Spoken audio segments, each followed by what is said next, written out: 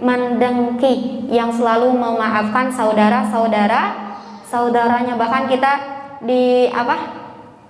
diutamakan ya, sebelum tidur itu kita memaafkan, mendoakan seluruh kaum muslimin. Dan itu sudah tercantum ya dalam Al-Quran, bagaimana Rabbana ghfirli wali walidayya walil mu'minina yauma yaqumun hisab. Selalu mendapatkan doa itu Bu, insya Allah, barakallah ya. Itu adalah doa yang sangat luar biasa ya, mencakup mendoakan diri sendiri, mendoakan kedua orang tua, dan juga mendoakan kaum muslimin. Barakallahu fi. Kemudian poin 15, tidak mencurangi atau menipunya.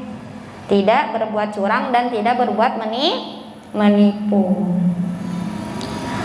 Allah berfirman dalam Quran surah Al-Ahzab ayat 58 yang artinya, dan orang-orang yang menyakiti orang-orang mukmin dan mukminat tanpa kesalahan yang mereka perbuat, maka sesungguhnya mereka telah memikul kebohongan dan dosa yang nyata.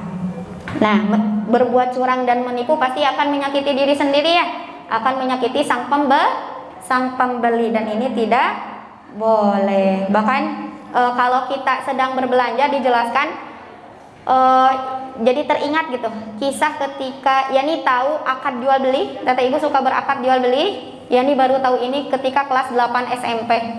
Dijelaskan oleh guru IPS gitu, bahwa ternyata di Sunda pun ada akad jual belinya.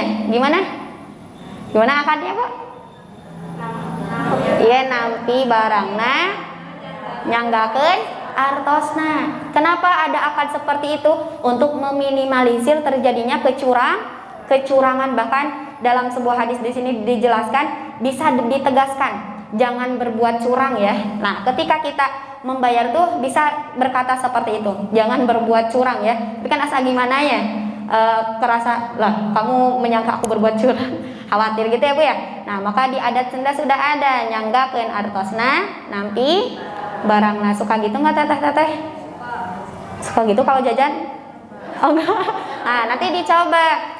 Misalnya ke Pak Bagus di kantin, Pak Bagus ini uangnya 5.000 beli roti. Nah, disebutkan. Kenapa? Karena kadang manusia itu bersifat lupa. Nah, pernah suatu ketika Yani berbelanja, Yani masih diamanahi di Colby Care, jadi sering belanja setiap pekan ke mana? Sebutkan ke sana. Ke Kairo. Ada ibu-ibu yang beli gitu. Teteh kasirnya mungkin lupa. Kan biasanya orang-orang yang dikasir itu nyebut ya, uangnya 100.000 ya, uangnya 50.000 ya.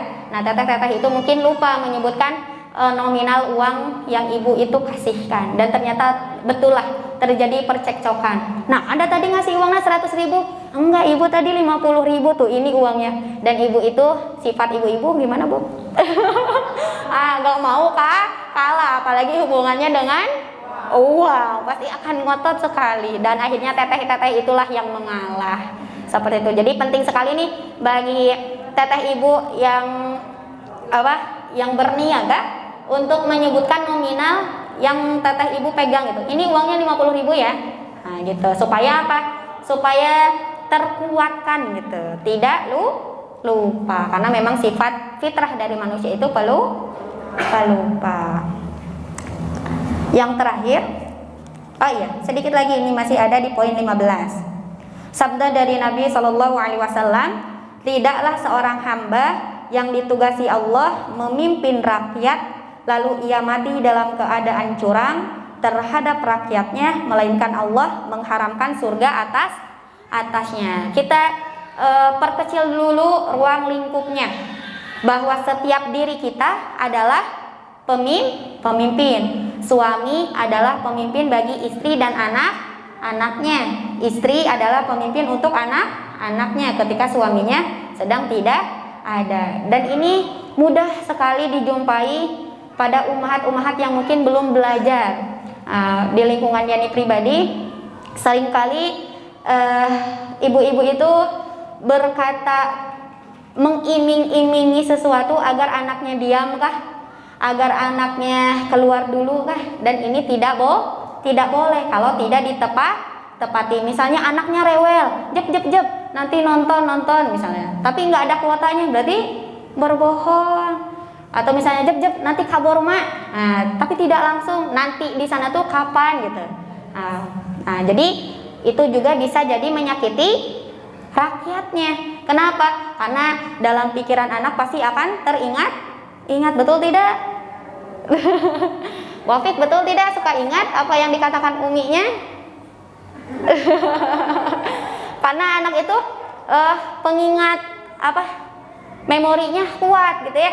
Apa yang uminya katakan pasti akan selalu ditagih. Maka jangan sampai kita mengiming-imingi sesuatu padahal belum ada buktinya, seperti itu. Karena kalau kita menyakiti berarti nauzubillah, jangan sampai kita termasuk orang-orang yang dijauhkan dari surga. Poin terakhir nomor 16, tidak melanggar perjanjian atau mengkhianati atau berdusta. Tidak melanggar perjanjian. Ini kira-kira termasuk sifat apa, Bu? Nah, sifat munafik. Insya Allah sudah hafal sekali ya. Sifat munafik itu diantaranya ada berapa? Ada 3 apa?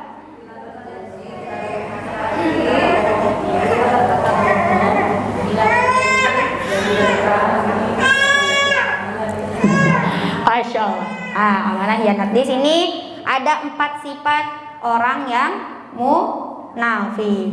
Dan barang siapa yang ada pada dirinya, maka ia memiliki sifat kemunafikan. Yang pertama, apabila dipercaya ia berkhianat, apabila berkata ia berdusta, apabila ia berjanji mengkhianati, dan apabila ia berbantah-bantahan, maka dia berbuat keji. Nah, ini harus juga dikuatkan gitu ya, Teteh Ibu ya. Ketika kita diberikan suatu amanah dan kita sudah berjanji, maka harus dipegang kuat. Jangan sampai bocor atau berkhianat. Misalnya ada temennya yang curhat, tong beja-bejanya, ya. Curhat lagi. Kata itu jangan dibaca-bejanya. Nah, biasanya yang bestian tuh kalau nggak hadir, nanti dikasih tahu sudah ke sana. Padahal udah ada kata jangan dibeja. Maka bagaimana kisah Nabi Yusuf? Innama ashku bati wa huzni ilallah. Nabi Yusuf tuh mengadukan keresahannya itu kepada Allah, karena Allah tidak akan pernah bocor. Tapi kalaulah kita memiliki teman di antara manusia, maka pilihlah teman-teman yang baik, yang kita percaya bisa menempati janji ya. Semoga kita Allah senantiasa dijaga untuk bisa mengamalkan setiap ilmu yang sudah Allah hadirkan. Kenapa, Bu? Karena surga itu identik dengan ilmu. Tapi ternyata tidak semua ilmu itu menyelamatkan. Haman berilmu tidak Haman? Siapa itu Haman? Penasehat arsitektur, Masya Allah ya, yang membuat bangunan-bangunan pada zamannya. Pintar tidak? Pintar. Tapi ternyata keilmuannya tidak mengarahkan ia untuk taat kepada Allah. Qarun pintar? Saking pintarnya bisa membuat debu menjadi emas, pasir menjadi emas, sehingga membuatnya menjadi orang terkaya sebumi. Tapi ternyata tidak menunjukkannya pada jalan ketaatan. Bahkan dikatakan bahwasanya orang-orang yang seperti itu adalah orang-orang yang Allah berikan ilmu tapi tidak Allah berikan tazkiyah. Mereka diberikan ilmu tapi tidak diberikan hidayah. Maka penting sekali kita senantiasa berdoa agar Allah tambahkan ilmu. Rabbi zidni ilma warzuqni fahman. Ditambahkan lagi doanya, Allahumma inni as'aluka huda wattuqa wal afafa wal ghina. Di antaranya itu meminta hidayah, karena ternyata hidayah Allah itu sangatlah mahal ya. Hidayah Allah seringkali diberikan kepada kita, tapi ternyata hati kitanya yang belum siap. Maka meminta hidayah agar Allah siapkan hati kita untuk menetapkan hidayah di dalam hati hati kita. Wallahu a'lam bishawab. Syukran ala ihtimamikunna, barakallahu fikun.